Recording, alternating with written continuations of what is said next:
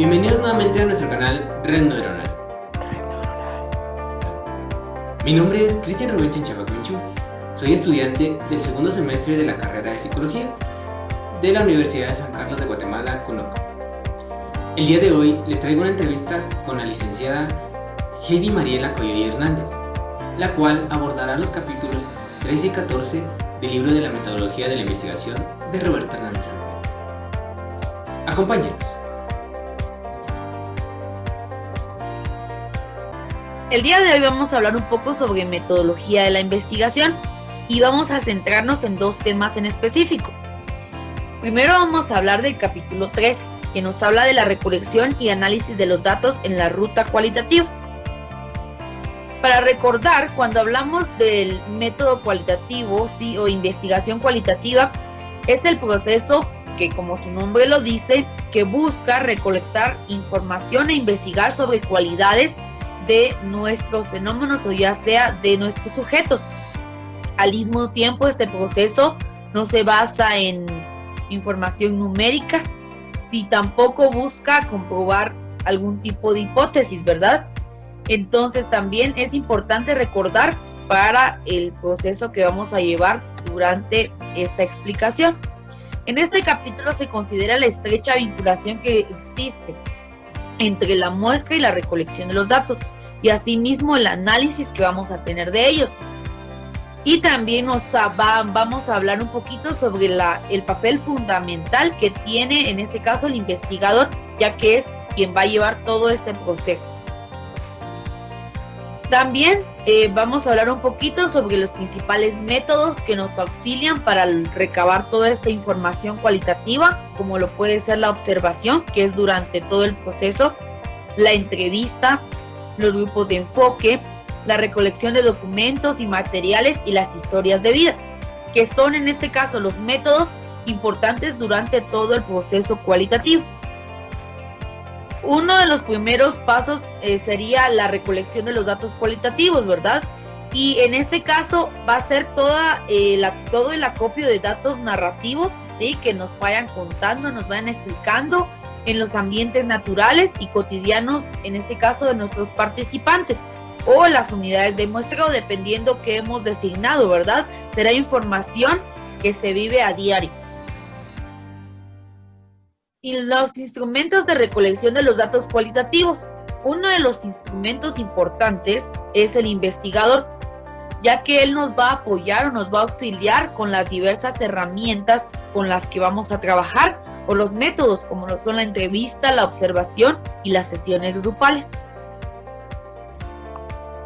El observador, en este caso, tiene papeles fundamentales y tenemos 5 que tenemos en los que él puede ir variando la participación durante todo el proceso. El primero sería la no participación. Por ejemplo, cuando en este caso el observador únicamente ve videos, ¿sí?, observa videos de personas o en este caso de la situación que se quiere evaluar, pero no interactúa directamente con nuestros sujetos. El segundo es la participación pasiva. El observador está presente, pero no interactúa, ¿sí?, únicamente sigue observando. La observación, recordemos que es uno de los métodos, ¿sí?, que se va a llevar durante todo el proceso. El tercero es la participación moderada, en donde participan algunas actividades, pero no en todas. Entonces, por eso es de que va moderada, porque en algunas ocasiones únicamente puede estar observando. Siguiente sería la participación activa. Participa en la mayoría de las actividades, sin embargo, no se mezcla con los participantes. Sigue estando como observador, ¿sí? Únicamente está participando, pero nada más está viendo lo que se está trabajando y no participa. A diferencia de este último, donde es una participación completa. El observador se mezcla totalmente y es un participante más, ¿sí? Con todos los demás, él participa en todo el proceso que se esté realizando. Estos papeles son fundamentales, ya que son los roles que va a cumplir el observador en todo momento, ya sea que cumpla el papel de participante o moderado o activo, pero será parte fundamental para este proceso. Uno de los métodos o herramientas importantes y que donde el observador cumple su función son las entrevistas. Las entrevistas son herramientas que nos ayudan a recolectar los datos. En este caso, la entrevista se utiliza cuando es imposible, ¿sí?, recabar información por medio de algún otro instrumento escrito, podría ser. La entrevista, como por ejemplo puede ser investigar sobre depresión, ¿verdad? No podemos hasta cierto grado poder recabar información de depresión de una persona si no es que nosotros estemos directamente con ella, y sería en este caso mucho más importante o mucho más necesaria la información que vamos a obtener de esta persona, ¿verdad? Asimismo, otro ejemplo puede ser como violencia en el hogar. Tal vez de forma escrita la persona no pueda explicarlo, pero al momento en que nosotros hagamos una entrevista, vamos a observar, en este caso, que la persona pueda expresarse o algunas situaciones que podamos ir observando en el ambiente en que ella se encuentra. Durante la entrevista es importante tomar unos aspectos importantes, como por ejemplo la planeación. En este caso es importante planificar el proceso que vamos a realizar. Podemos iniciar contactando a la persona con la que queremos realizar esta entrevista, ¿verdad? Y realizar una cita para que nosotros ya tengamos, en este caso, un día o una hora en específico. Podemos preparar una guía. Esta es muy importante, ya que nosotros en el proceso podemos realizar la entrevista, pero puede ser que nos vayamos por otro lado, cambiemos de tema, y la guía nos va a ayudar a que el proceso vaya paso a paso. También es bueno esta guía poder ensayarla con otra persona para que nosotros veamos cómo en este caso se van dando los puntos y si es importante ir cambiando algo. Podemos confirmar la cita con la persona para hacerle un recordatorio, ¿verdad? Que tenemos en este caso en cierto horario y sobre qué vamos a hablar o lo que necesitamos. Recordemos acudir puntualmente, ya que somos nosotros los interesados en poder, en este caso, recabar esta información. También es importante y es muy funcional utilizar herramientas como grabaciones, videos, fotos o una libretita para llevar anotaciones, ¿verdad? También es importante vestir adecuadamente, ya que eso habla de nosotros y la persona también va a sentir, de la manera en que nosotros estemos vestidos, la confianza durante todo el proceso. Por último, es importante realizar un formato de consentimiento. Formato de consentimiento, ya que este nos va a apoyar para que la persona nos pueda dar en este caso, su autorización de poder grabar o escribir información o tomar algunas fotos de ella o en este caso del lugar donde se encuentra. Al inicio, recordemos de nuestra entrevista, recordemos apagar nuestro teléfono, ya que puede ser un medio de interrupción también para nuestra recolección de datos. Ahora, únicamente si va a ser necesario para grabar o recabar información, puede ser que lo tengamos por ahí, en este caso solamente grabando, pero puede estar en silencio para no interrumpir. Es importante poder iniciar con una plática de interés para que la persona vaya sintiéndose en confianza, ¿sí? Al mismo tiempo repetirle el propósito por el cual nosotros nos reunimos y también explicarle la confidencialidad de todo el proceso para que la persona se sienta segura que lo que va a decir en este caso no pueda ser divulgado, ¿verdad? O quizás tenga miedo de expresarse al no confiar, ¿verdad? Que esta información no sea que se pueda compartir. En este caso también podemos entregar la forma de consentimiento, ¿verdad? Para que la persona pueda firmar y nos pueda dar el permiso de poder grabar, ¿sí? Tomar las fotos y en este caso ya comenzar con el proceso. Durante la entrevista es importante escuchar, ¿sí? Este es un proceso muy importante durante todo el proceso cualitativo, ya que es el medio por el cual nosotros vamos a recabar la mayor parte de la información. Debemos mantener conversación y no transmitir tensión, ¿sí? Nosotros debemos ser los primeros en demostrar seguridad y hacer sentir a la persona en confianza de lo que estamos hablando, de lo que ella nos va a expresar. En este caso, que no sea problema, ¿verdad? O no sea divulgado, o que ella en este caso pueda expresarse con libertad. Debemos ser pacientes. Muchas personas en algún momento al inicio no van a querer expresarse por miedo, en este caso, porque quizás no ven la confianza, ¿verdad? En poder decir lo que piensan, lo que sienten, o sobre lo que se les está preguntando, pero debemos de respetar esos silencios. Durante el proceso nos vamos a dar cuenta que la persona, mientras nosotros le demostremos seguridad, ella va a ir, en este caso, expresando todo lo que en este caso ella va a sintiendo. Asegurémonos que cuando nosotros realicemos las preguntas, la persona haya terminado de responder a la pregunta, ¿sí? Y no cortarla y pasar a la siguiente, sino que démosle el tiempo a que se exprese. Este punto es importante, que sigue, el capta aspectos verbales y no verbales. Muchas veces las personas en palabras nos pueden estar describiendo alguna situación que aparentemente está bien, no existe ningún problema, pero cuando vemos aquellas expresiones, en este caso gestuales, o alguna situación que ellos estén pasando, puede en este caso notarse o describirse en las expresiones no verbales, ¿verdad? Y es por eso que es muy importante.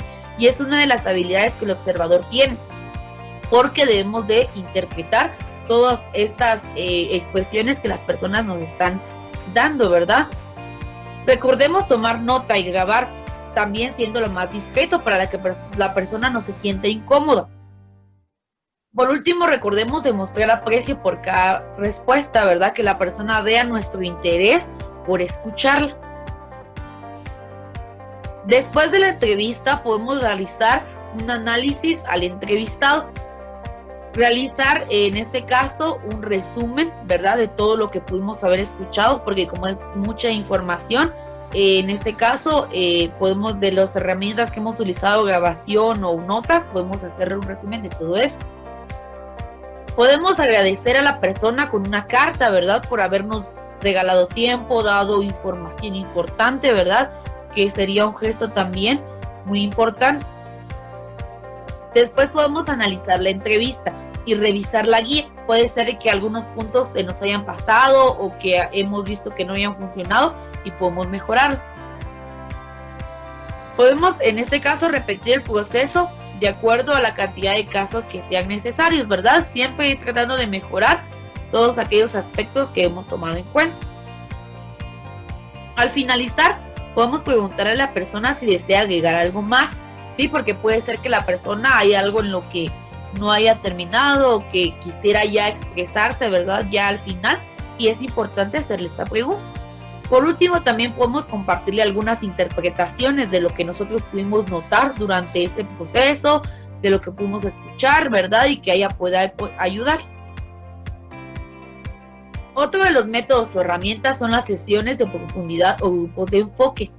En este caso, ya trabajamos con más personas y tanto nosotros como ellos estamos interesados en un tema, ¿verdad? Una problemática en específico, y es donde vamos a ir interactuando, ¿verdad? Para darle, en este caso, expresar tanto de del grupo, ¿verdad? Que serían lo primordial, aquellas situaciones, o en este caso puede ser de la comunidad, que de la problemática o el proceso que se esté dando.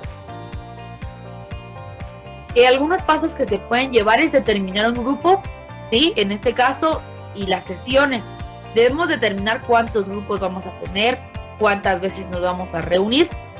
Después de eso debemos de definir el perfil, qué personas necesitamos, qué tema estoy yo trabajando en mi investigación y entonces qué perfil deben de tener esas personas. Cuando nosotros ya detectamos ese perfil, podemos invitarlas, ¿verdad? Ya conocemos si es una comunidad, qué personas están cumpliendo, las invito en el horario, los días para que puedan participar. Después puedo organizar la sesión y llevarla a cabo.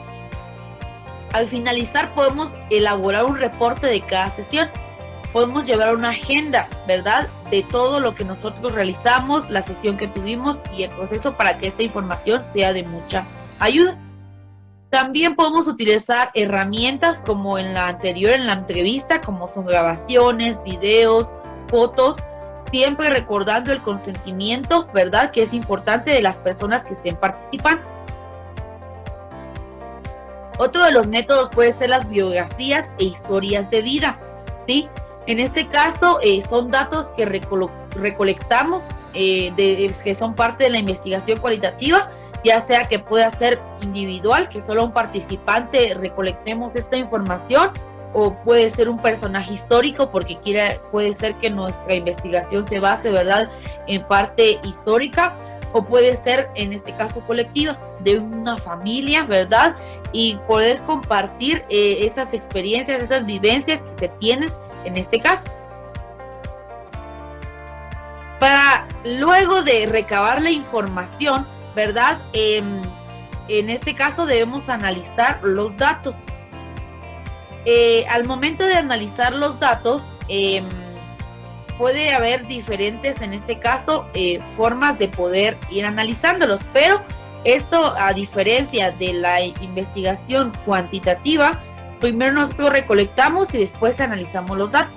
En cambio, en el análisis, en este caso, en el método cualitativo, nosotros vamos, en este caso, paralelamente, tanto recolectamos datos como vamos analizando, ya que el contacto es directo con la persona, y al finalizar una entrevista, una sesión de grupos, nosotros al momento de finalizar vamos a empezar a interpretar, a analizar y a sacar nuestras conclusiones. Por eso es de que es un proceso un poquito diferente en este caso, método cuantitativo. Sin embargo, diversos autores en conjunto han identificado más de 20 tipos de análisis cualitativo. Entre estos podemos tener el análisis de términos en contexto, análisis de dominio, análisis conversacional, análisis del discurso, análisis de contenido cualitativo, análisis semiótico, análisis narrativo, lingüístico, análisis argumentativo, etcétera, ¿verdad? Estos autores nos dicen que puede ser diversidad de análisis, ¿verdad? Que se toman como 20 tipos que pueden ser, ¿verdad? Y que en este caso van a ir siempre paralelamente con la recolección de los datos. Dentro de nuestro análisis podemos utilizar un tipo de código, ¿verdad? O una codificación para que se nos haga mucho más fácil la información. Una primera sería la codificación abierta. En este caso codificamos las unidades, ¿sí? Y vamos comparando una con otra entre ellas para generar o descubrir categorías, ¿sí? O designarles un código, un nombre. Pero estas siempre van a estar en constante comparación, ¿verdad? La información que vamos teniendo. Esta sería la abierta. La siguiente sería la codificación axial.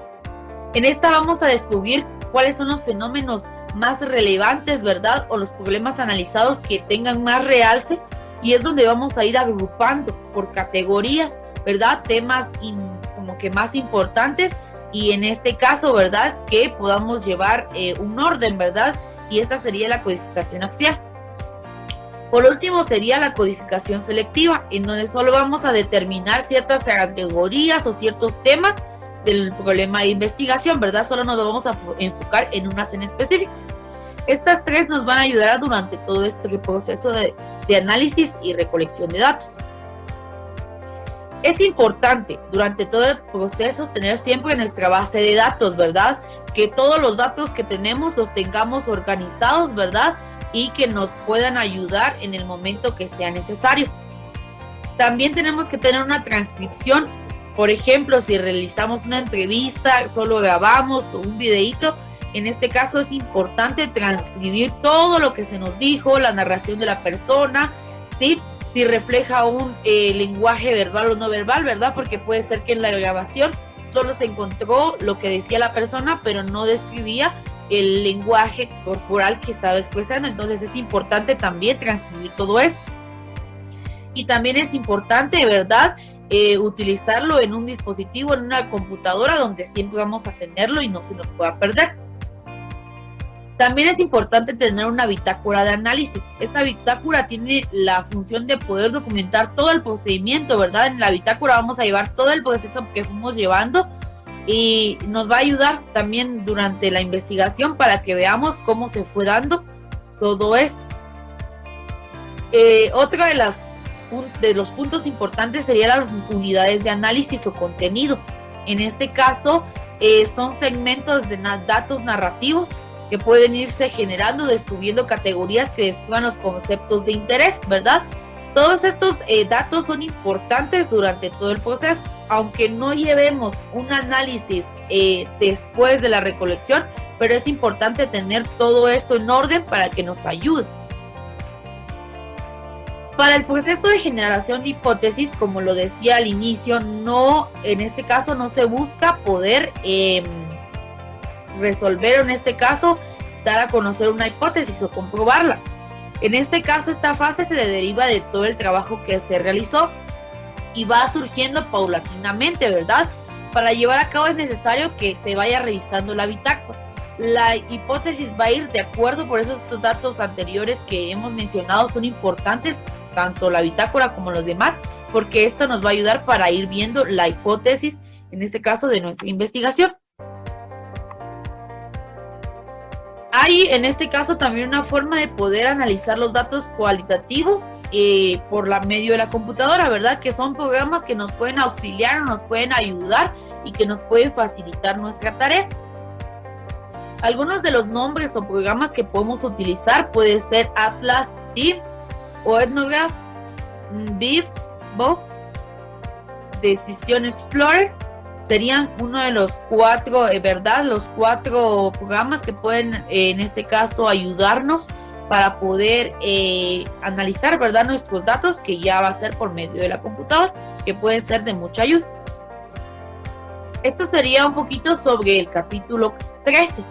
Ahora vamos a hablar sobre el capítulo 14, que nos habla de la elección del diseño o abordaje de investigación en la ruta cualitativa. Podría ser en este caso de duda, porque es de que en la investigación cuantitativa primero se realiza el diseño y después se hace la recolección de datos. Pero en el caso de la investigación cualitativa es diferente, ya que el diseño cumple una función en sí de lo general de cómo se va a llevar el proceso y no específicamente se enfoca en específico, ¿verdad? Como lo hace en la investigación cuantitativa. Y por eso es que primero necesitamos saber qué tipo de información se pudo recabar para poder escoger el diseño que se puede adaptar a todo este proceso. Primero vamos a hablar un poquito, ¿verdad? En este capítulo sobre el concepto de diseño durante la investigación cualitativa.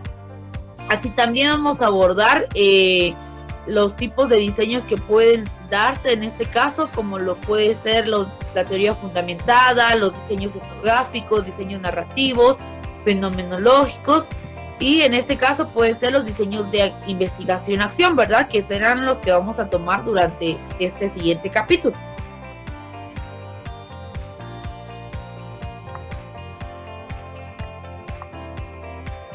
Vamos a hablar primero del diseño, ¿verdad? El diseño es la ruta cualitativa, el abordaje es general, como lo mencionaba, y se utilizará durante todo el proceso de investigación, ¿verdad? Por eso es de que este diseño va a ser de manera general que se va a llevar durante nuestro proceso.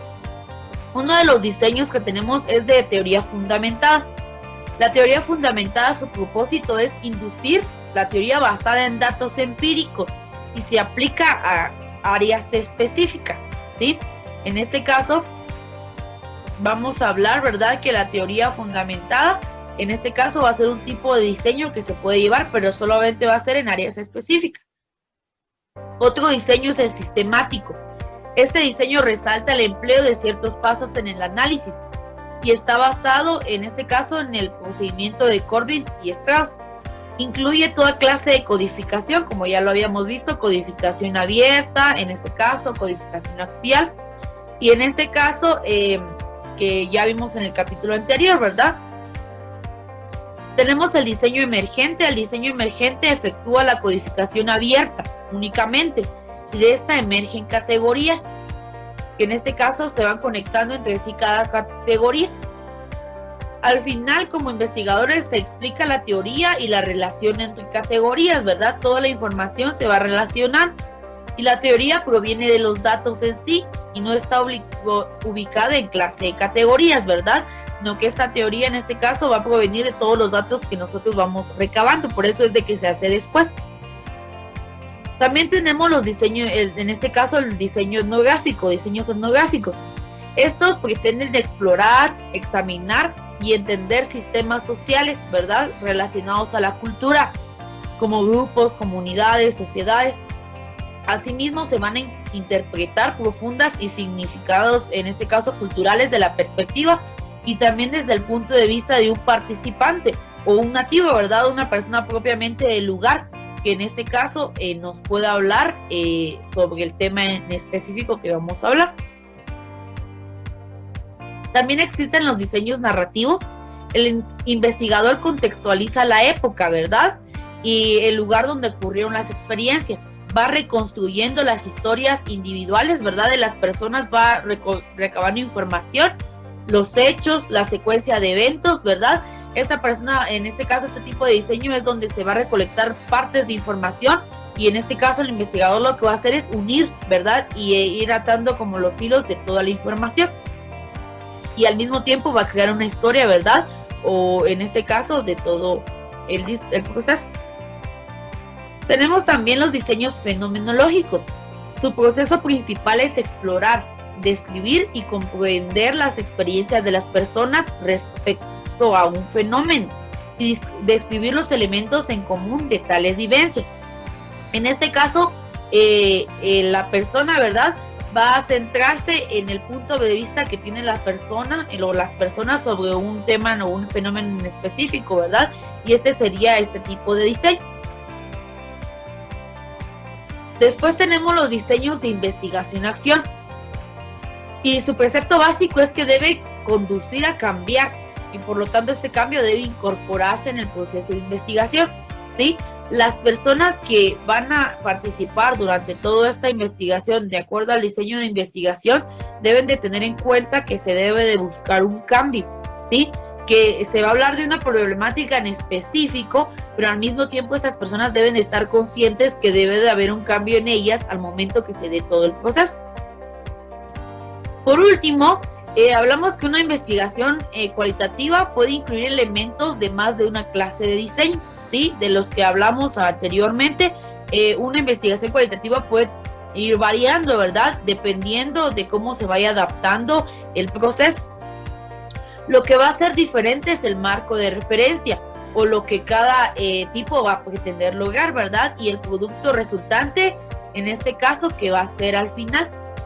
En este caso, una investigación cualitativa va a tener siempre y va a ser un diseño distinto. Ninguna investigación cualitativa va a ser igual, ¿sí? Quizás en una cuantitativa puede coincidir por algunos números, por algunos resultados, pero en la cualitativa nunca vamos a encontrar una igual. Entonces estos han sido los dos capítulos, el capítulo 13 y 14 de metodología en la investigación, que son muy importantes. Muchas gracias. Agradecemos a la licenciada Heidi por la explicación brindada acerca de los capítulos 13 y 14 del libro de la metodología de la investigación, los cuales serán fundamentales para nuestro aprendizaje. Concluiremos con el capítulo número 15, en el cual se aborda el informe final de nuestro proyecto. Acompáñenme. Lo anterior presentado por la licenciada Heidi Mariela Coyoy Hernández es trascendental para el proceso de investigación cualitativa. Sin embargo, al finalizar debemos de hacer el último paso, que es el reporte o nuestro informe final, ya sea cuantitativo o cualitativo. Para ello debemos de definir los receptores o usuarios y el contexto de presentación. Para desarrollarlo se debe definir de primero el tipo de reporte a elaborar, ya sea una tesis, un artículo científico, informe técnico, libro, entre otros.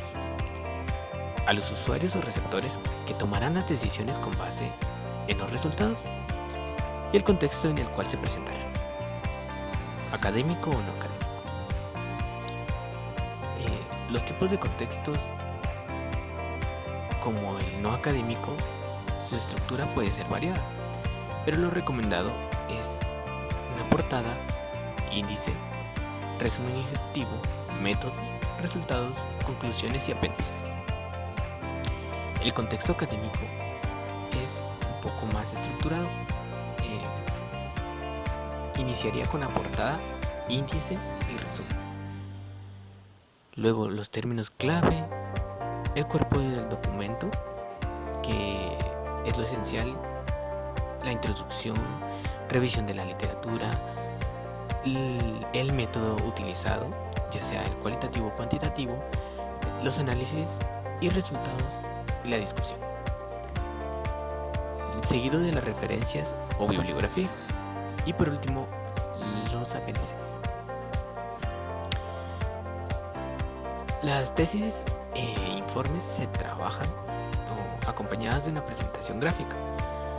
Para eso existen diversos programas como PowerPoint, Prezi, Powtoon, Infogram o Numbers, los cuales podemos conseguir fácilmente y trabajar de la mejor manera. También contamos con la elaboración que está basada en las posibilidades creativas, los elementos gráficos, como anteriormente los mencionábamos, las gráficas que podemos realizar para presentar nuestro reporte final, los manuales de estilo de publicación. El más conocido son las normas APA, pero de igual manera existen otros tipos, el AMA en Vancouver, Chicago o Harvard. La diferencia del reporte cualitativo y el cuantitativo. El cuantitativo, regularmente el orden sería el siguiente: análisis de validez y confiabilidad, análisis descriptivo de las variables, análisis inferencial para responder a las preguntas o probar hipótesis. Es necesario que cuando realizamos nuestro proyecto o nuestra investigación comprobemos o rechacemos nuestra hipótesis. Describir primero de manera breve la idea principal en las que se resumen los resultados y posteriormente se detallan estos.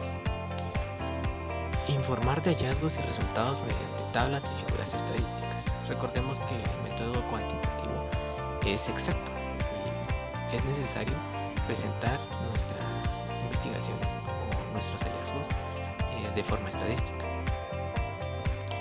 Al método cualitativo es un poco más flexible y no existe una sola manera para presentarlo, aunque se desarrolla mediante una forma y esquemas narrativos. La descripción y narraciones utilizan un lenguaje vivido, fresco y natural. El estilo es más personal. Incluye una narrativa, soporte de la categoría con ejemplos de citas, relaciones entre categorías y elementos gráficos. Presenta un producto de análisis, modelo o teoría fundamentada, cultura, historia y la sucesión de eventos de esta, fenómenos o diagnósticos y plan.